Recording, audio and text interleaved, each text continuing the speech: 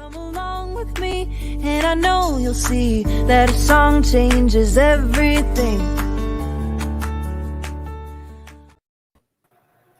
Good. It's morning. Okay, it is still morning. Hello, everyone. Live on Facebook and Instagram and YouTube and all. I don't know where else all the things. All the things. We're here at Arts for the Health of It. I'm Richard Wilmore. And I'm Catherine Pardesini.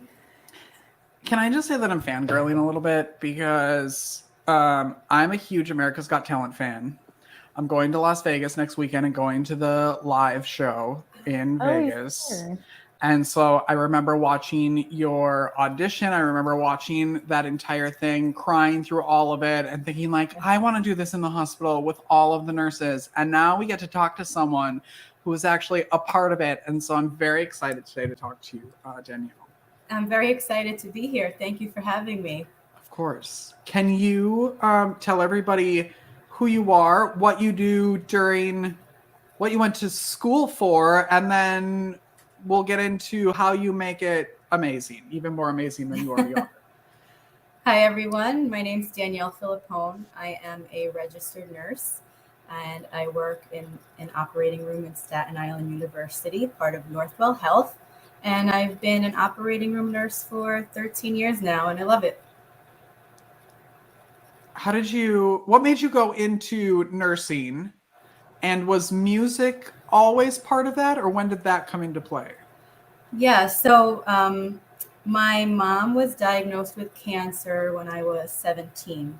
She was diagnosed with breast cancer, and I saw the care that she received in the hospital, and that's when I decided I wanted to be able to do that for other people too. I wanted to pay it forward and help others the way my mom was helped. I was completely inspired and fell in love with it. And as far as music, my mom used to sing to me all the time. She was a great singer. My grandmother, her mom, was an opera singer. She played Madame Butterfly in off-Broadway productions in the 40s and 50s. Wow. So music has always been an important part of my life. When your mom was receiving care, was there any type of music or arts and health experiences that you got to witness when you were with her? Yeah, my mom, when she had her final dose of brain radiation, she rang the bell that signified treatment is done and you're on your way to getting better. And she sang Hit the Road Jack. She was singing Hit the Road Jack to cancer in front of all the staff. And it was like a little gift back to them that she did. And I had it on video and I watch it very often. Oh my gosh, that's amazing. It was great. Yeah. For those who are watching or listening who don't know, can you tell everybody what the bell is and what it symbolizes? So the bell is a bell that patients ring to signify, it's like a closing and a new beginning. It signifies that they've finished their treatment, they've fought as hard as they could, and they're on their way to bigger, better things and healing. Yeah, it's usually everybody comes out, all the It's staff, great. and it's like great. a little parade. It's really... Everybody comes out, they cheer for you, they clap for you. It's a beautiful moment. Yeah. Can you talk about the way you incorporate music into your work? Surely. I am the singing nurse at work. So I've always done that with patients. I work with a lot of peds patients with special needs. And I've noticed that they like music.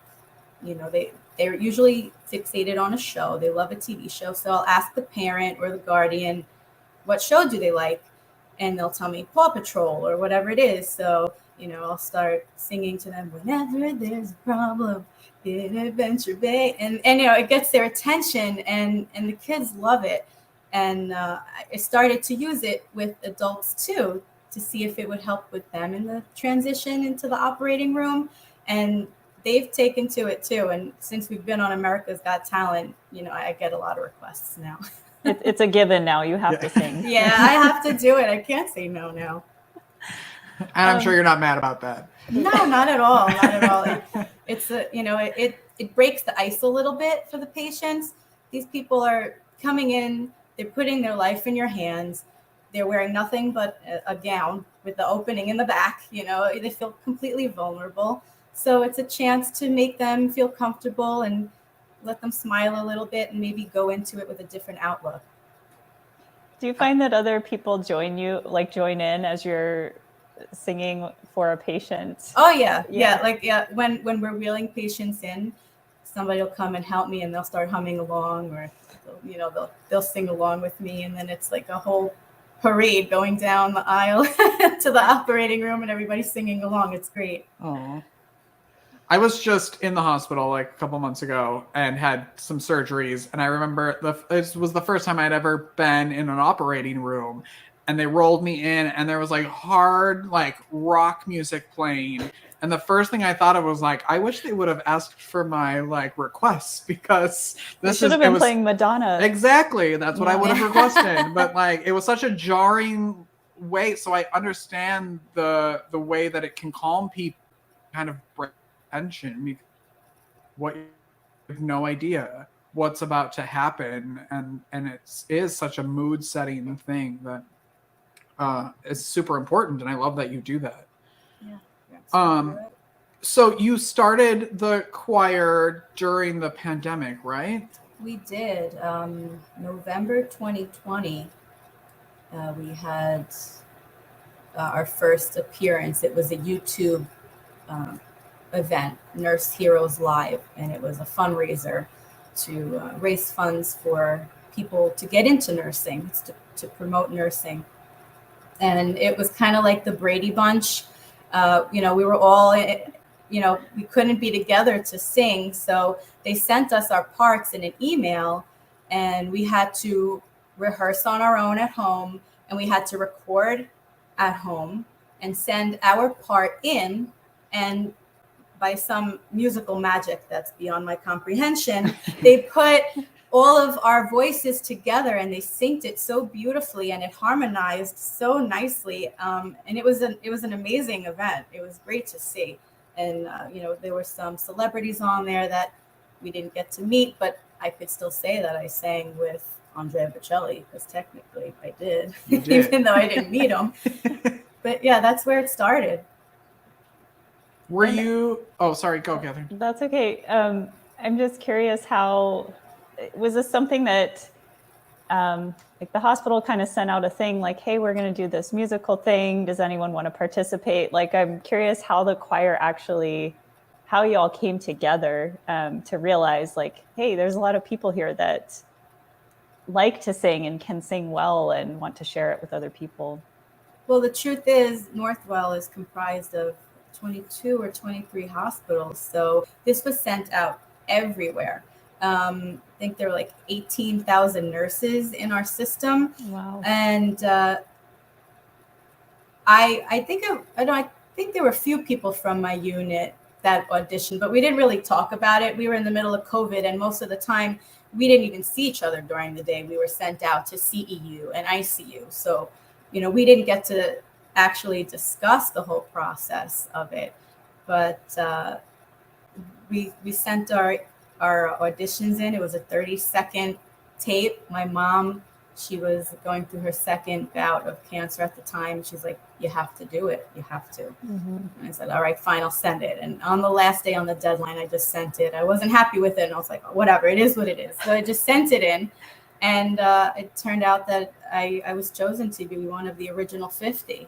Mm. And I'm the only one from my hospital that was chosen. Wow. So I'm proud to represent my hospital.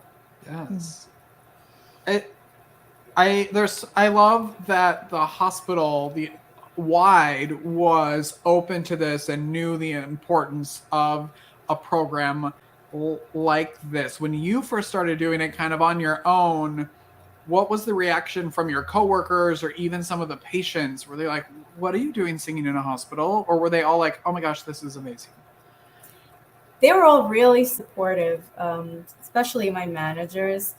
They loved that I was doing it, and they were telling me, go out there and represent, and they liked that it brought a different kind of care to the patients. in the unit, it kind of changed the vibe of the unit, and it made everybody a little bit happier, especially, during COVID, which, I mean, who we didn't even see each other's faces, who was going to be singing at that time, but Right. I did, and it really helped. One of your, I'm not sure if it's in your bio, I don't know where I read it, but you talk about how during that intense period of COVID, you kind of became like family for the patients you were serving because their own family couldn't be there.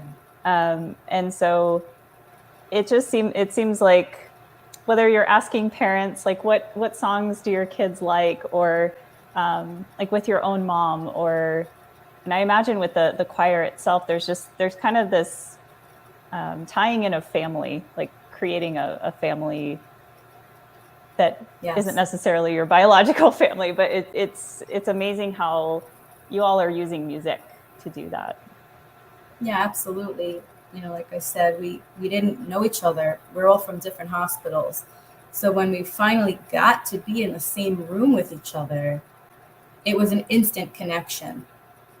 We all know what we had gone through during COVID, and there was just this instant bond with each other. We were all nurses. We all went through COVID. We knew what that felt like. And here we were being able to do something that we love to help us find our joy again. And we became an instant family. It was beautiful, and it still is. Do you hear from other hospitals or other nurses about the effect that you've had maybe on the way that they do care for people?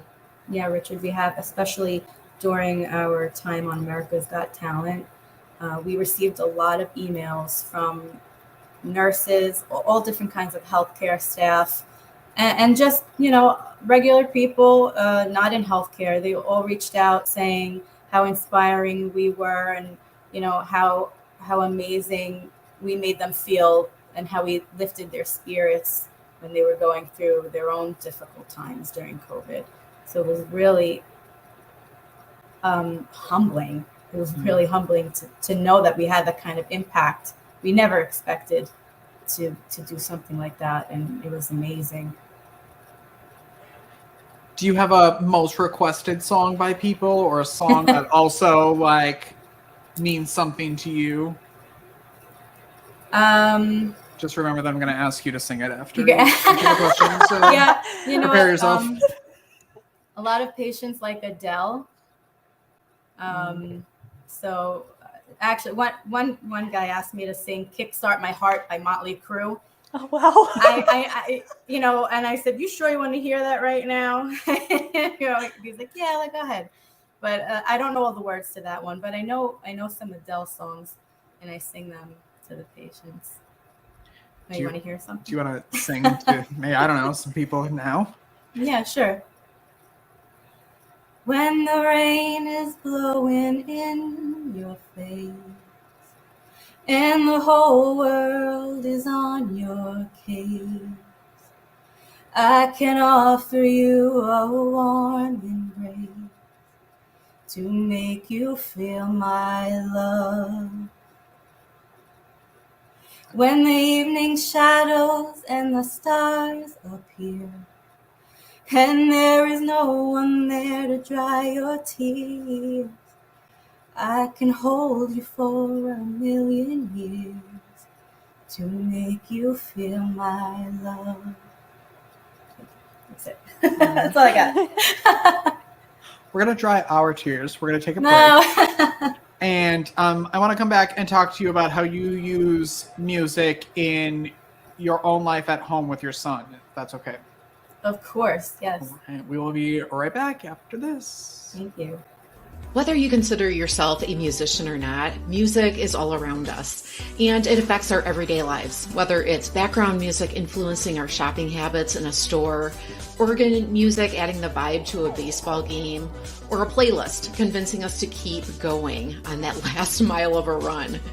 I'm Mindy Peterson, host of the podcast Enhance Life with Music, where we take a holistic look at the power of music in our everyday lives through the lens of science and health, sports and entertainment, business, and education. You can find me and Enhance Life with Music at mpetersonmusic.com/podcast or wherever you get your audio. Unleash the power of music. Medical professionals are burning out at an alarming rate. Burnout can cause health workers to feel hopeless, trapped, helpless, worthless, depressed, sleepless, and tired. By joining the Hearts Need Art Gratitude Grams program, medical staff receive a personalized email and video from a musician, an artist, or writer once a week that includes a message of thanks, an encouraging song, uplifting poem, or a simple art activity. After watching their gratitude gram, participants report feeling more hopeful, empowered, energized, and appreciated. If you are or know a healthcare worker that would like to receive free gratitude grams, please visit heartsneedart.org. We're back with the singing nurse, Danielle. I know you use music in your own life at home, and I would love to have you talk about how you do that and why you do that. Sure. So my mom used to sing to me when I was little to comfort me when I was sick or when I was hurt. So music was always a big part of my life. And then I had my son, my firstborn, and he is autistic. He was nonverbal. And I remember one day we were in the kitchen and he wanted something from the counter. And he couldn't point, he couldn't tell me, he would just grunt. And, you know, I kept holding things up for him. Is it this? Is it this? And he was just frustrated. And I kind of broke down, and he did too. We both started crying because we couldn't figure out what it was that he wanted. So I started singing. I don't know what instinct, I guess. I just started singing, and he immediately locked eyes with me. And I think it was the first time since he was born that he actually really looked at me. And I said, all right, there's something to this. I think singing might be a way to connect with him. So I started to sing everything. I would sing his name to get his attention.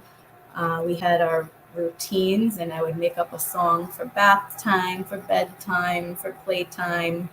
And it helped him connect with me, and it became our way to communicate.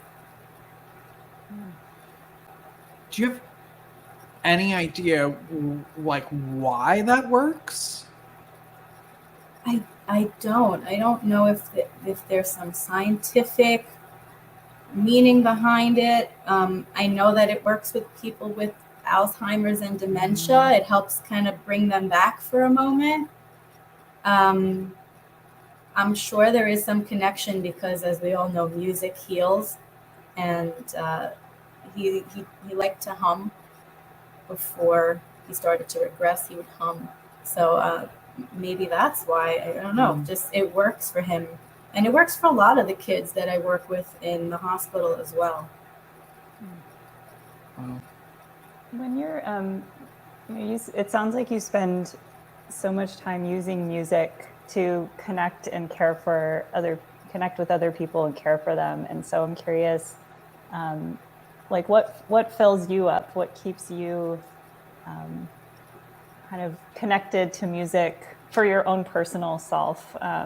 Like, are you listening to heavy metal on the way home from work, or? You know, I have an hour and a half drive home from work, and I enjoy it in silence. Absolutely, it's my way to ground myself and regroup before I come home to a house full of animals and kids. So, but for me, singing is actually comforting to me. When I'm sad, I'll sing a sad song and I'll cry it out. when I'm happy, I sing a happy song and it makes me feel good. So, I sing to uplift other people, but in turn, I'm also finding my joy when I do it. Can you talk a little bit about when you're trying to figure out what song to sing to someone if they request something that you don't know, like how you kind of navigate to get to a song that they will enjoy? So, people are very eager to hear anything. I'm not saying that because I'm not famous or anything, but people they want to hear music because it makes them feel good. So even if I don't know a song, I'll say, I'll run through a playlist. Well, how about a little Madonna or maybe Adele or how about Lady Gaga? Richard's like nodding his head at me. I wish I would have You had listening? you as my nurse. I'm going to your hospital next time. Come to Northwell. I'll sing to you all the time. Yeah. So, I mean, at one point, they're just like, oh, just sing me whatever you want. Just let me hear something to get my mind off of it. And it works. I feel like Kevin has something to say, but no. Oh, no. No? Okay.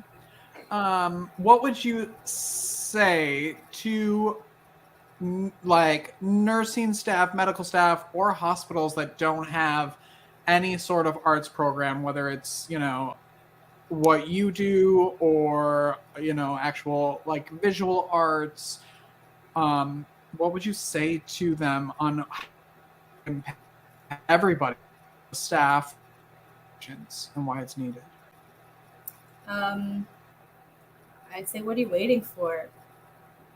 People need, nurses, healthcare workers, we need an outlet. And everybody has a passion. I loved singing since I was a kid, but I knew I needed to find a career. And then after my mom got sick, I realized this was my calling, and I went into it. And I put music away, and I thought, all right, well, that was fun, but I'm not going to use that anymore. Now I have the ability to do both of my passions. I get to help people and sing to them and make them feel good, which in turn makes me feel good.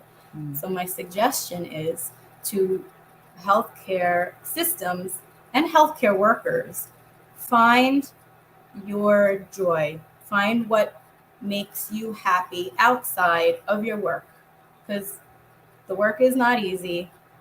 You take a lot of it home with you. You need an outlet for your own mental health. So find it, whether it's yoga or painting. It doesn't even have to be arts. It could be, going for a walk every night just to clear your mind. Find your peace. Find your peace. And maybe even suggest it to your healthcare system if they can start some kind of program. What was the last creative thing you did for yourself? I went to the beach and I collected seashells. And I made a picture frame with the seashells from the beach from my cousin's house. But I will say that during COVID,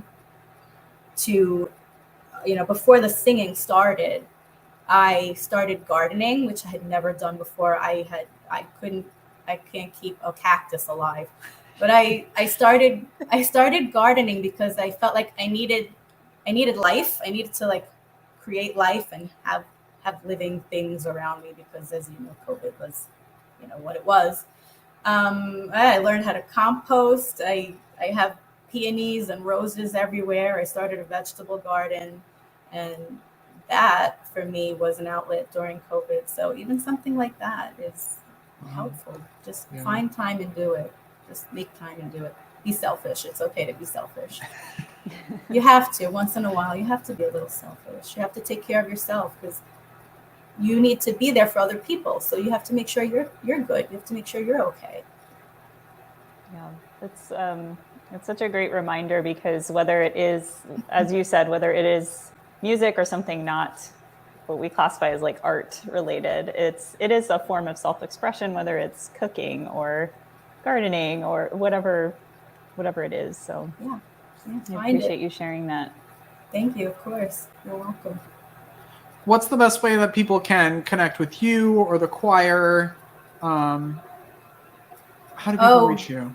We have an Instagram, and we're verified. We have the little check. Oh, Yes. Things are real. Things are serious. It's getting real now. Yeah. Yeah, I didn't even know what verified was. Like, honestly, before the choir, I didn't do TikTok. I didn't do Instagram, Twitter.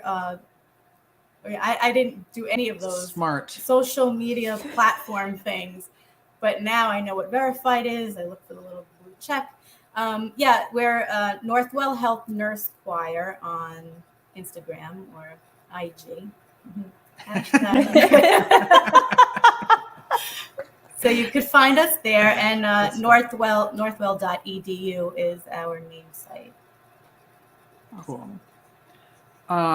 Thank you so much for jumping on and talking to us. This is very interesting to hear it from the healthcare side of what it does. So I want to thank you for jumping on with us and singing. Yeah. Anytime. Just the work you do each day, Danielle. Thank you. Thank you, the care you guys. give to other people. I appreciate you having me on the show and sharing my story. Anytime you want to come sing and talk, let us know. All right. And anytime you need surgery, come to me in Staten Island and I'll sing for you. Great. She'll sing Madonna for you, Richard. Listen, if I can, next time, if maybe I can't come to you, but I'll FaceTime you and you can do it that way. We'll do a virtual session. All right. I'll do some Evita. Perfect. Madonna style. As long as I can put myself on mute and sing with you. Sounds good. All right. Anytime. Good. Thank you. If you're watching, well, if you are watching, you'll already hear this. Wherever you're watching or listening, make sure you're subscribing. And we will see you next week, everyone. Keep creating. Bye-bye. Thank you for listening to Arts for the Health of It. This episode is produced by Hearts Need Art, creative support for patients and caregivers, and hosted by Richard Wilmore and Catherine Particini. You can support the show and help others learn about the healing power of the arts by visiting heartsneedart.org. The views expressed on this podcast do not necessarily reflect the views of Hearts Need Art, their staff, board members, or other affiliates. All content is created for informational purposes only. This podcast is not intended to be a substitute for professional medical advice or to diagnose and treat any health condition. Always seek the advice of your physician or other qualified health professional with any questions you may have regarding a medical condition. Never disregard professional medical advice or delay in seeking it because of something you've heard